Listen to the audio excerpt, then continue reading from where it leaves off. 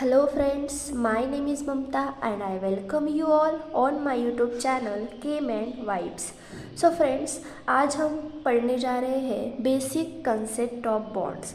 तो इस लेक्चर में आज हम पढ़ेंगे कि बॉन्ड्स एक्चुअली में क्या होते हैं, बॉन्ड्स फॉर्मेशन करने की कंडीशन क्या है, देन हम पढ़ेंगे कि कौन कौन से टाइप्स ऑफ बॉन्ड होते हैं। So let's start with the bonds. Actually में बॉन्ड्स क्या होते हैं ये हम सबको पता ही है। क्या होते हैं बॉन्ड? एक्चुअली में जब दो या दो से ज़्यादा एटम्स क्या करते हैं, एक दूसरे के साथ कंबाइन होते हैं, तो उनमें बॉन्ड्स ही ऐसी चीज़ होती है जो एक दूसरे को उनको कंबाइन करके रखने की कैपेसिटी रखते हैं। तो इनडायरेक्टली हम कह सकते हैं कि a chemical bond is what holds atom together in a molecule. Means जब भी हम मॉलिक्यूल बनाते हैं तब दो या दो से ज़्यादा एटम्स को कंबाइन रखने का काम कौन करता है? बॉन्ड करता है। ये चीज़ क्लियर हुई।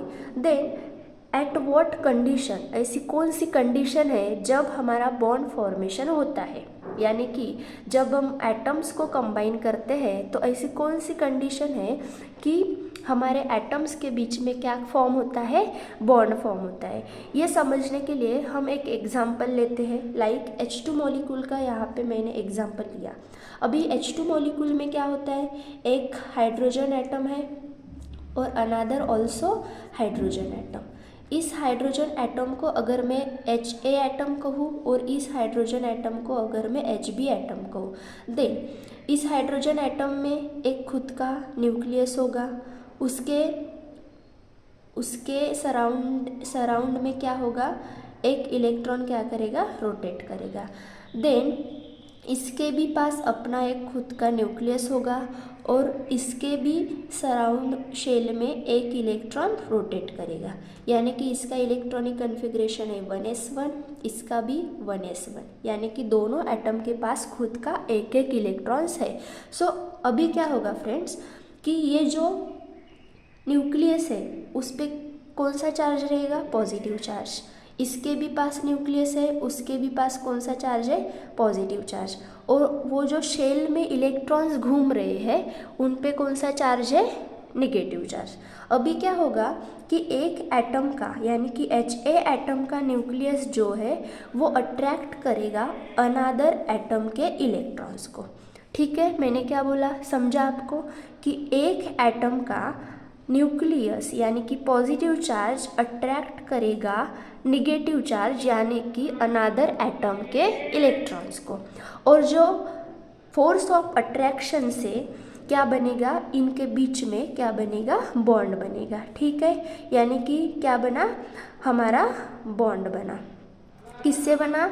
Force of attraction between the nucleus of one atom and electron of another atom. ऐसे हम कह सकते हैं कि यहाँ पे कौन सा फोर्स ऑफ अट्रैक्शन लगा है? Electrostatic force of attraction. तो बॉन्ड्स फॉर्मेशन करने की टेंडेंसी कब बनी? जब हमारे बॉन्ड कैसे बने?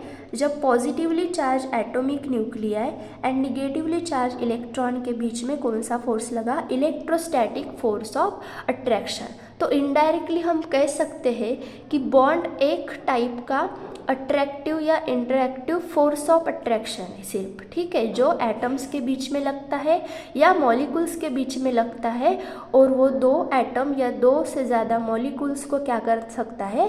कंबाइन कर सकता है और बड़ा सा मॉलिक्यूल बना सकता है। Is that clear to everyone? अभी हमने क्या डिस्कस किया कि बॉन्ड्स एक्चुअली में क्या होते हैं, ठीक है, और बॉन्ड कैसे फॉर्मेशन होते हैं। ठीक है, अभी हम पढ़ने जा रहे हैं कि ऐसे कौन कौन से बॉन्ड्स हैं जो हम केमिस्ट्री में पढ़ते हैं। तो जनरली 2 टाइप्स के बॉन्ड्स होते हैं। कौन कौन से? एक होता है इंट्रा एटॉमिक बॉन्ड्स और another one is inter molecular bond. Actually में इंट्रा एटॉमिक बॉन्ड्स मीन्स ऐसे बॉन्ड्स जो किनके बीच में लगेंगे? एटम्स के बीच में लगेंगे, यानी कि दो या दो से ज़्यादा एटम्स को कंबाइन करेंगे, इसको हम कहेंगे इंट्रा एटॉमिक बॉन्ड्स। और इंटर मॉलिक्यूलर बॉन्ड मीन्स जो मॉलिक्यूल्स को कंबाइन करेंगे उसको हम कहेंगे इंटर मॉलिक्यूलर बॉन्ड्स। अभी देखिए इंट्रा एटॉमिक बॉन्ड्स में हम पढ़ते हैं covalent bond, ionic bond, coordinate bond and metallic bond. And the intermolecular bond में हम पढ़ते हैं van der Waals bond and hydrogen bond. So friends, एक बात यहाँ पे समझ लेना बहुत ही ज़रूरी है कि इंट्रा एटॉमिक बॉन्ड्स जो है, यानी कि एटम्स के बीच में जो भी बॉन्ड्स बनते हैं वो बहुत ही स्ट्रॉन्ग होते हैं। कैसे होते हैं? बहुत ही स्ट्रॉन्गर होते हैं या stronger than intermolecular bond. Means यहाँ पे हम क्या कह रहे हैं कि जो एटम्स के बीच में बॉन्ड बनते हैं वो बहुत ही स्ट्रॉन्गेस्ट होते हैं दैन इंटरमोलिकुलर बॉन्ड। यानी कि यहाँ पे हम कह सकते हैं कि जो इंट्रा एटॉमिक बॉन्ड्स है वो स्ट्रॉन्गेस्ट होते हैं इंटरमोलिकुलर बॉन्ड्स से ज़्यादा। सो यहाँ पे हम मोस्ट फ्रिक्वेंटली स्टडी करते हैं covalent, ionic, coordinate and metallic. So हम अभी देखने जा रहे हैं फर्स्ट बॉन्ड हमारा covalent bond. So covalent bond में क्या होता है कि जो बॉन्ड बनते हैं एटम्स के बीच में, वो दो एटम्स के बीच में जो बॉन्ड बनते हैं वहाँ पे क्या होगा? Mutual sharing of electrons, mean equal sharing. क्या होता है? इक्वल शेयरिंग ऑफ इलेक्ट्रॉन्स होता है। यानी कि हमने अगर H2 मॉलिक्यूल का एग्जांपल लिया, यहाँ पे Ha एटम है, यहाँ पे Hb एटम है, मीन्स ये खुद का एक इलेक्ट्रॉन यहाँ पे डोनेट करेगा, ये खुद का एक इलेक्ट्रॉन यहाँ पे इन्वॉल्व करेगा और इनके बीच में क्या बन जाएगा? बॉन्ड बन जाएगा। मीन्स हम कह सकते हैं कि यहाँ पे क्या हो रहा है? Mutual sharing of electron. Means equal sharing of electrons से जो बॉन्ड बनता है उसको हम कह सकते हैं कि कोवैलेंट बॉन्ड। ठीक है, यहाँ पे ये जो है, ये इस मॉलिक्यूल जो बना H2 मॉलिक्यूल, इसका स्पेसिफिक स्ट्रक्चर होता है और ये बॉन्ड क्या होता है? डायरेक्शनल बॉन्ड होता है। यानी कि इस बॉन्ड की क्या होती है? एक स्पेसिफिक डायरेक्शन होती है। अभी हम नेक्स्ट देखने जा रहे हैं आयोनिक बॉन्ड। सो आयोनिक बॉन्ड जनरली क्या होता है? ये इलेक्ट्रोवैलेंट बॉन्ड भी हम इसको कह सकते हैं। यानी कि ये एक मेटल और एक नॉन मेटल के बीच में बनता है। एक्चुअली में आयोनिक बॉन्ड होता नहीं है। मैं क्या बोल रही हूँ? आयोनिक बॉन्ड होता ही नहीं है। एक टाइप का एक इलेक्ट्रोस्टैटिक फोर्स है जिसको हम बॉन्ड कहे जा रहे हैं। ठीक है, एक्चुअली में क्या होता है? अगर हम एक एग्जाम्पल लें, मोस्ट यूजफुल एग्जाम्पल है जो NaCl मॉलिक्यूल का। वहाँ पे क्या होता है? देखो NaCl के पास क्या है? 281। देन क्लोरीन के पास क्या होता है? 287। ये इलेक्ट्रॉनिक कन्फिग्रेशन हो गया। मीन्स ये क्या है? हमारा मेटल है, सोडियम मेटल है, और ये क्लोरीन क्या है? हमारा नॉन मेटल है। अभी हमने क्या कहा कि बॉन्ड्स किसके बीच में बनेगा? मेटल और नॉन मेटल, यानी कि सोडियम और क्लोरीन के बीच में हमारा बॉन्ड बनेगा। अभी क्या होगा कि ये मेटल की हमारी टेंडेंसी होती है कि ये क्या करेगा? अपना एक इलेक्ट्रॉन क्या करेगा? लॉस करेगा। मीन्स ये सोडियम प्लस इलेक्ट्रॉन। अभी ये नॉन मेटल क्या करेगा? ये लॉस किया हुआ इलेक्ट्रॉन एक्सेप्ट करेगा और खुद को चेंज करेगा Cl- में। यानी कि हमारे पास कैटायंस बने और अनायंस बने।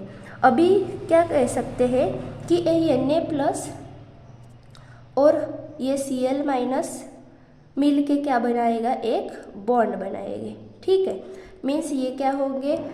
सोडियम प्लस और Cl- के बीच में क्या लगेगा? Strong force of attraction. क्या लगेगा? Strong force of attraction. मेरे बातों पे ध्यान दो, क्या लग रहा है? Strong force of attraction. Means इसके पास पॉजिटिव चार्ज है, ठीक है, और इसके पास क्या है? ये निगेटिव चार्ज। तो ये पॉजिटिव चार्ज और निगेटिव चार्ज में क्या लगेगा? स्ट्रॉन्ग फोर्स ऑफ अट्रैक्शन लगेगा।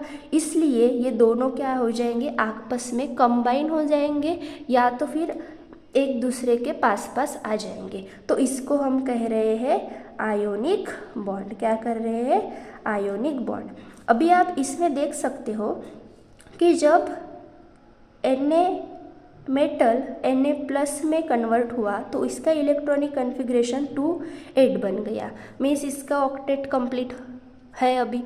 फिर क्लोरीन एटम ने जब इलेक्ट्रॉन्स एक एक्सेप्ट कर लिया तो इसके पास 2 8 8 मीन्स इसका भी ऑक्टेट कंप्लीट हो गया। और हम जानते हैं कि जब भी किसी एटम का या किसी एलिमेंट का ऑक्टेट या डुप्लेट कंप्लीट होता है तो वो मोस्ट स्टेबल कंडीशन में चला जाता है। ठीक है, ऐसा होता तो ये सिंगल ही रह सकते हैं, तो Na+ को और Cl- को कंबाइन होने की ज़रूरत क्या है। सो फ्रेंड्स, इसका जवाब है कि Na+ जो है मेटल जो है वो ये गैसेस स्टेट में चला जाता है। Na+ क्या चला जाता है, गैसेस स्टेट में चला जाता है in the form of cation. Then this is unstable, means this is least unstable in the gases state. So इसको कंबाइन करने के लिए कोई ना कोई चाहिए, इसलिए Na+ किसको अट्रैक्ट करता है, Cl- को अट्रैक्ट करता है और वो इसके साथ कंबाइन हो जाता है और सॉलिड फेज में कन्वर्ट हो जाता है। इसका ये रीज़न है। सो फ्रेंड्स, ये सभी हमने पढ़े आयोनिक बॉन्ड के बारे में और ये है कोवैलेंट बॉन्ड के बारे में। इसमें आप अलग अलग एग्जाम्पल भी ले सकते हो, जैसे CH4 मॉलिक्यूल है, SF4 मॉलिक्यूल है जिसमें हमारा कोवैलेंट बॉन्ड फॉर्म होता है। और नेक्स्ट है आयोनिक बॉन्ड जिसमें HCl है, KCl है, मीन्स एक मेटल रहेगा और एक नॉन मेटल रहेगा जिनके बीच में क्या बनेगा, बॉन्ड बनेगा और उसको ही हम कहते हैं आयोनिक बॉन्ड। सो हमने अभी क्या क्या पढ़ा, बॉन्ड्स क्या होते हैं वो पढ़ा, देन इलेक्ट्रोस्टैटिक फोर्स कैसे लगता है एटम्स के बीच में वो पढ़ा, देन टाइप्स ऑफ बॉन्ड्स पढ़े, इंट्रा एटॉमिक, इंटरमॉलिकुलर। देन हमने इसमें 2 टाइप लिए, कोवैलेंट एंड आयोनिक, इसका सब पढ़ लिया हमने और जो बचा हुआ है वो हम नेक्स्ट लेक्चर में देखेंगे। So thank you so much friends for hearing my lecture and आप मेरे साथ जुड़े रहिए और चैनल को सब्सक्राइब करें। So thank you so much.